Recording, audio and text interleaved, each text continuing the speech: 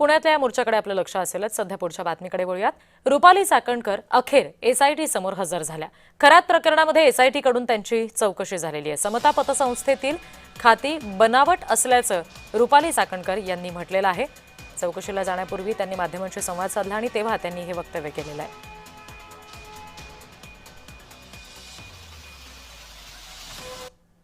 त्यांचे काही प्रश्न असतील तर ते प्रश्नांना आपले उत्तर त्यांना हवी असतील तर ते देण्यासाठी मी आज आलेली आहे आणि त्या तपासामध्ये पूर्णपणे माझं सहकार्य राहील. त्याच्यामुळे आता तपासाला सामोरं जात असताना जी मदत पोलिसांना असेल, इन्व्हेस्टिगेशन टीमला असेल, तपास अधिकाऱ्यांचे जे काही प्रश्न असतील त्यांना निश्चितपणाने मी सहकार्य.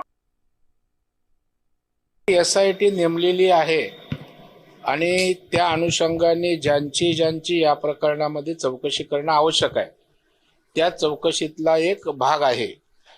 आणि रुपाली चाकणकर यांचे या विषयासंदर्भातले संदर्भ, त्यातनं निष्पन्न होणाऱ्या गोष्टी याकरिता तपासाची आवश्यकता एसआयटीला वाटली असेल आणि म्हणून त्याकरिता रुपाली चाकणकर यांना चौकशीला बोलवलेलं असावं.